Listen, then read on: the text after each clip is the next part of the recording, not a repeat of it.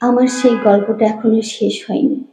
শোন, পাহাড়টা আগেই বলেছি ভালোবেসেছিল মেঘকে, আর মেঘ কিভাবে শুকনো খটখটে পাহাড়টাকে বানিয়ে তুলেছিল 26 বছরের ছোকরা, সে তো আগেই শুনেছ। সেদিন ছিল পাহাড়টার জন্মদিন।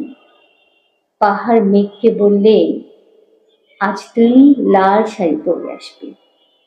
মেঘ পাহাড়কে বললে, আজ তোমাকে স্নান করিয়ে দেব চন্দন জলে।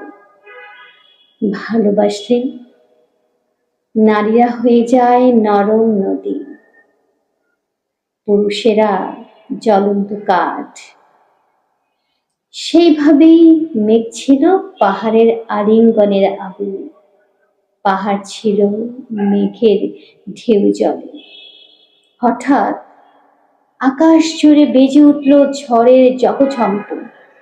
ঝাঁকড়া চুল উড়িয়ে ছিনতাইয়ের ভঙ্গিতে ছুটে এলো এক ঝাঁক হাওয়া। মেঘের আঁচলে টান মেলে বলল, ওঠ ছড়ি, তোর বিয়ে। এখনো শেষ হয়নি গল্পটা। বজ্রের সঙ্গে মেঘের বিয়েটা হয়ে গেল ঠিকই, কিন্তু পাহাড়কে সে কোনোদিন ভুলতে পারবে না।